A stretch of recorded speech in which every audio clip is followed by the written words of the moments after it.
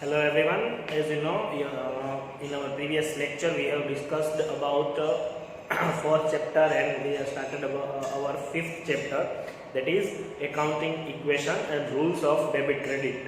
In that lectures we have discussed about our equation, that is assets is equal to capital plus liability.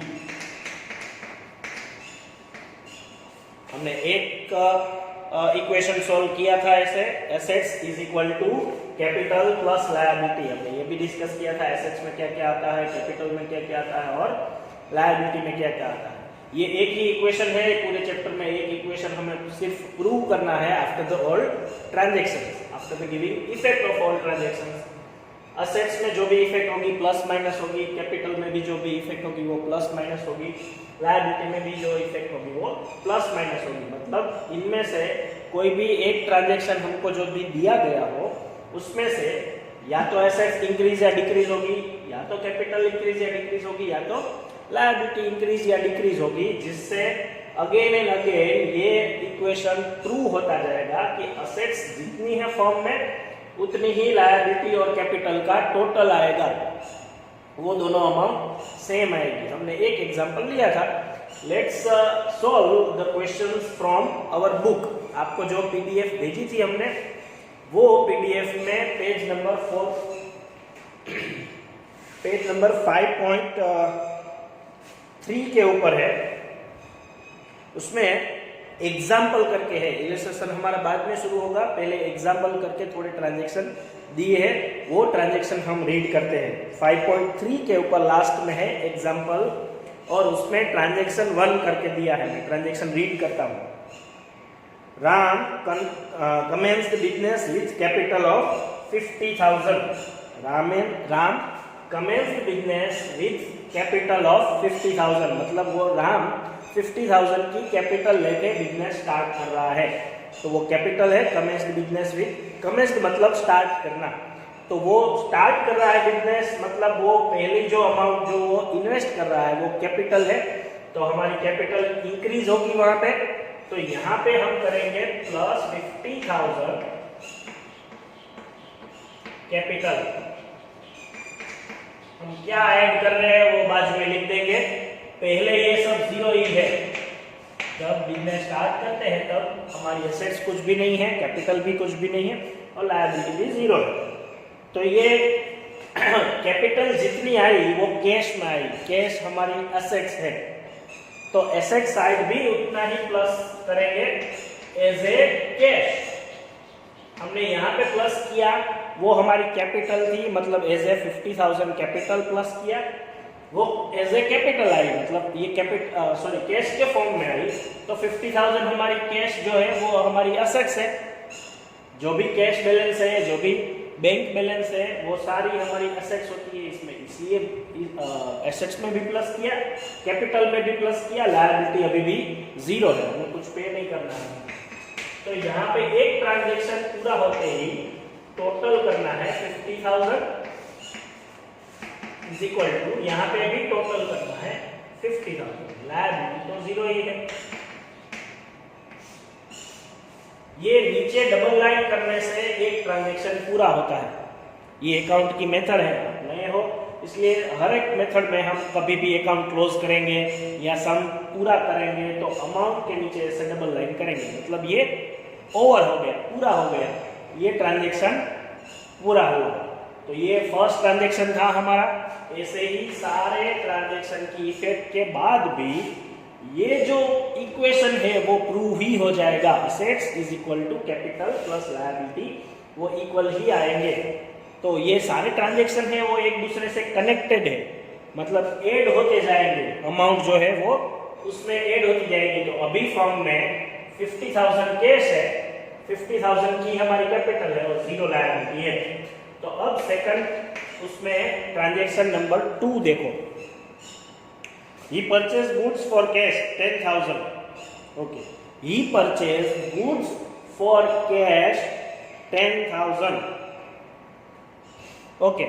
मतलब उसने cash में goods purchase किया, तो cash हमारी decrease होगी उतनी कैश चली जाएगी हमारी। तो असेट साइड, कैश हमारी असेट साइड है, इसलिए असेट साइड -10,000 करना है, क्योंकि हमारी इतनी कैश चली गई, डिक्रीज हो गई।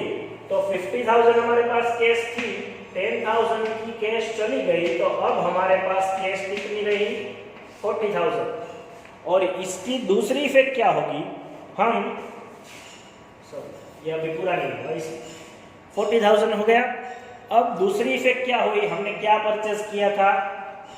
गुड्स, मतलब ये हमारे लिए स्टॉक है। गुड्स जो भी हमारी प्रोडक्ट है उसको बोलते हैं हम। तो जो भी प्रोडक्ट है वो हमारे लिए स्टॉक है। तो स्टॉक असेट्स ही है हमारी। जो जिस तरीके से कोई भी प्रॉपर्टी हमारी एसेट्स है, वैसे हमारा स्टॉक भी हमारे लिए एसेट्स ही है। तो जब परचेज करते हो तब एसेट्स भी इंक्रीज होगी, क्योंकि परचेज किया हुआ स्टॉक हमारे पास ही रहेगा। तो वापस उसी साइड प्लस स्टॉक करेंगे 10,000 का ही गुड्स हमने परचेज किया। तो 50,000 प्लस भी हुआ और माइनस भी हुआ। माइनस क्या हुआ? कैश, क्योंकि कैश चली गई हमारी, इसलिए कैश 10,000 माइनस, और उसके बदले में स्टॉक आया। तो स्टॉक भी एसेट्स है, इसलिए asset side he same effect I. Plus भी हमने एसेट साइड ही किया, स्टॉक भी एसेट्स में ही आती है। तो यहाँ पे 50,000 पहला ट्रांजेक्शन जो कंप्लीट किया, उसके बाद 50,000 का टोटल था, उसके बाद भी ये इफेक्ट होके 50,000 का ही आया। उसके बदले में यहाँ पे कुछ चेंज ही नहीं हुआ, क्योंकि ये 0, तो कैपिटल तो पहले से 50,000 की थी, वो इतनी ही रहेगी, और लायबिलिटी तो पहले से कुछ थी ही नहीं, वो भी 0 रहेगी। Again, after the second transaction, we have proved that assets is equal to capital plus liability. समझ में आ रहा है बात? कि कैश गई और स्टॉक उसके बदले में आया। दोनों कैश और स्टॉक दोनों हमारी असेट्स है, इसलिए सेम साइड इफेक्ट हुई। ऐसे ही प्रैक्टिस करते करते जिस साइड इफेक्ट होती है उस साइड हम इंक्रीज या डिक्रीज करते जाएंगे। हमारा थर्ड ट्रांजेक्शन देखो। Ram bought furniture from Mohan on credit for 5,000. Ram bought furniture from Mohan on credit of 5,000. 5,000 का फर्नीचर राम ने परचेज किया है और मोहन के पास से परचेज किया है, लेकिन ऑन क्रेडिट का मतलब है अभी पेमेंट बाकी है। ऑन क्रेडिट, कभी भी ट्रांजेक्शन में ऑन क्रेडिट बोले तो वो अमाउंट पेमेंट होना बाकी है। तो उससे हिसाब से क्या होगा? पेमेंट होना बाकी है तो पैसे तो जाएंगे नहीं हमारी। लेकिन हमने क्या परचेज किया? फर्नीचर। इसमें हमने परचेज किया था स्टॉक और इसमें हमने परचेज किया फर्नीचर। तो फर्नीचर भी हमारी एसेट्स है, इसमें गुड्स भी हमारी एसेट्स थी, तो इसमें फर्नीचर भी हमारी एसेट्स है। इसमें स्टॉक परचेज किया था, इसमें फर्नीचर परचेज कर रहे हैं, तो फर्नीचर भी प्लस ही होगा। उसमें लिखना है कि हम क्या परचेज कर रहे हैं। फर्नीचर 5,000, ओके, 5,000 फर्नीचर परचेज करो तो अब एसेट्स हो जाएगी हमारी 55,000। इसमें हमने पेमेंट बाकी रखा है तो कैश तो हमारी जाएगी नहीं। लाइक सेकंड ट्रांजैक्शन, कैश हमारी नहीं जाएगी, तो सिर्फ स्टॉक हमारा असेट्स, हमारी प्रॉपर्टी जो कि हम फर्नीचर ले रहे हैं, वो प्रॉपर्टी ही इंक्रीज होगी। तो इंक्रीज होती है इसलिए हमने ये प्लस किया। अगेन हमने पेमेंट बाकी रखा है, इसका मतलब ये हमारी लायबिलिटी है, क्योंकि जो भी पेमेंट बाकी रखते हैं, amount which is yet to be paid, वो हमारी लायबिलिटी है। तो कैपिटल में तो कुछ इफेक्ट नहीं होगी, वो तो 50,000 ही है।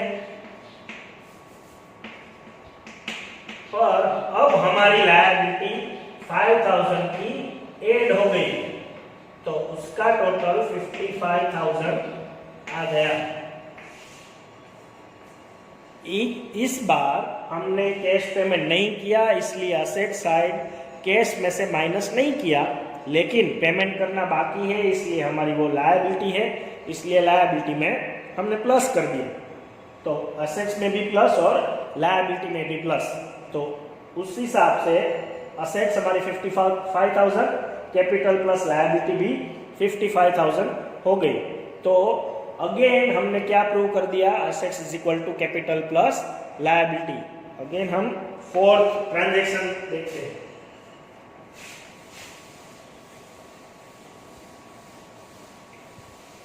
आप उसके नीचे ही प्रैक्टिस करना, लिखना। फोर्थ ट्रांजैक्शन, अभी तक का हमारा इक्वेशन है 55,000 इज इक्वल टू 55,000 दोनों साइड, ये हमारा इक्वेशन है अभी। Fourth transaction, goods costing 8,000 was sold for 10,000 on credit. Okay, goods costing 8,000 was sold. हमने हमारी जो प्रोडक्ट थी, हमारा गुड्स था, वो 8,000 का सेल किया, तो हमारा स्टॉक डिक्रीज होगा। स्टॉक हमारी एसेट्स है, इसलिए एसेट साइड से माइनस होगा, माइनस स्टॉक 8,000। उसकी दूसरी इफेक्ट कहाँ पे आएगी, ये समझना। ये ट्रांजैक्शन में प्रॉफिट भी है, क्योंकि 8,000 का गुड्स हमने 10,000 में सेल किया है। गुड्स तो हमारा 8,000 का ही गया, इसलिए स्टॉक हम कितने माइनस करेंगे, 8,000। उसके सामने हमने 10,000 का गुड्स, उसको हमने 10,000 में गुड्स सेल किया। 8,000 का जो हमारी कॉस्ट थी, कॉस्ट मतलब हमने इसको कितने में परचेस किया था या फिर कितने में हमने प्रोड्यूस किया था, तो उसको हमने 10,000 में सेल किया, तो हमें मिलेगा कितना, 10,000। इस ट्रांजैक्शन में कैश इमीडिएटली मिल नहीं रही है, मतलब ऑन क्रेडिट ही है। उसमें भी लास्ट ट्रांजैक्शन में भी ऑन क्रेडिट था, मतलब पेमेंट बाकी थी। इस ट्रांजैक्शन में भी ऑन क्रेडिट है, मतलब पेमेंट हमें भी रिसीव करना बाकी है, लेकिन जिस तरह से पेमेंट करना बाकी है वो लायबिलिटी है, उसी तरह से रिसीव करना बाकी है वो हमारे लिए असेट्स है। हमने लास्ट लेक्चर में देखा था कि रिसीवेबल जो है हमारी एसेट्स है, पेमेंट जो है पेएबल है जो हमारी लायबिलिटी है। तो रिसीवेबल हमारा कितना हुआ, 10,000, इसमें हम रिसीवेबल ही लिखेंगे।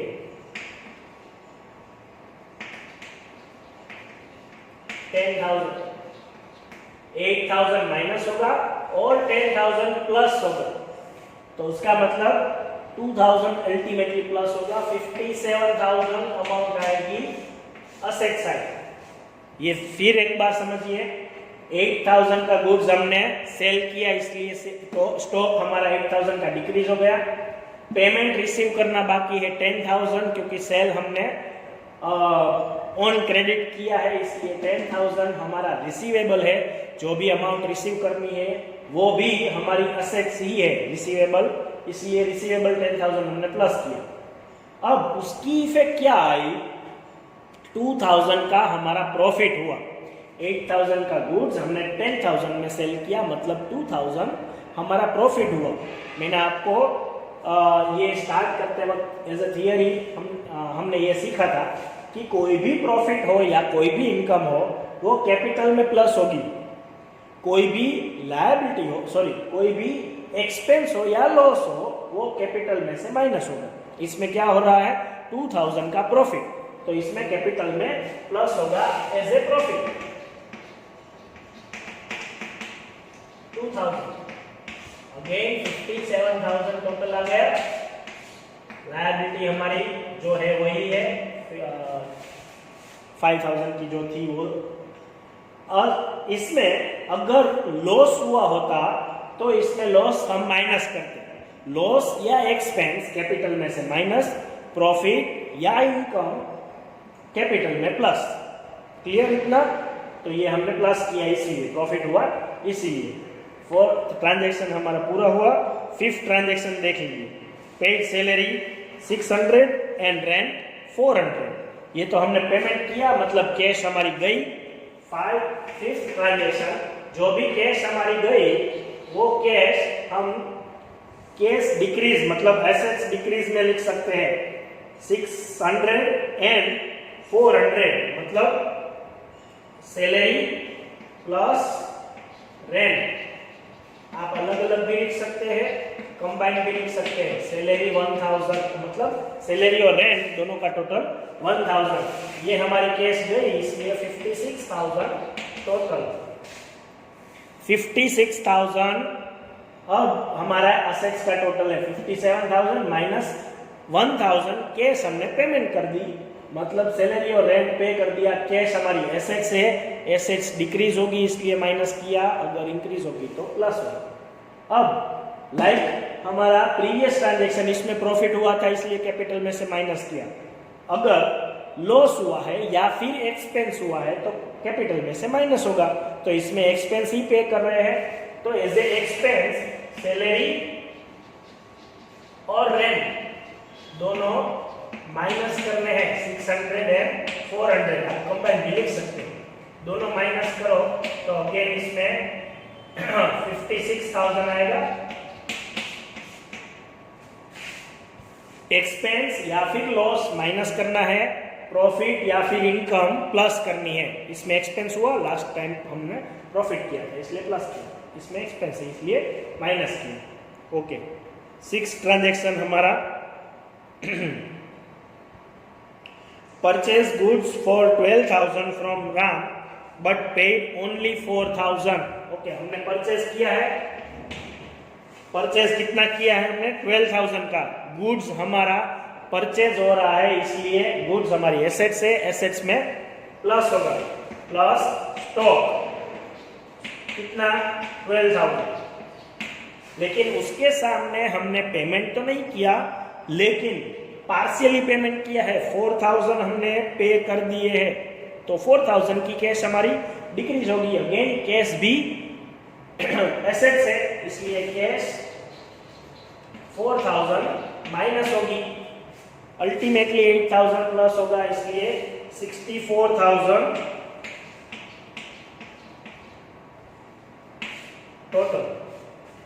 और अब 12,000 के गुड्स के परचेज के सामने हमने कितने पे किए 4,000। इसका मतलब हमारी 8,000 की लायबिलिटी भी इंक्रीज हो गई। 8,000 हम पे करेंगे ना, तो लायबिलिटी में भी 8,000 प्लस करना है क्योंकि हमें पेमेंट करना बाकी है।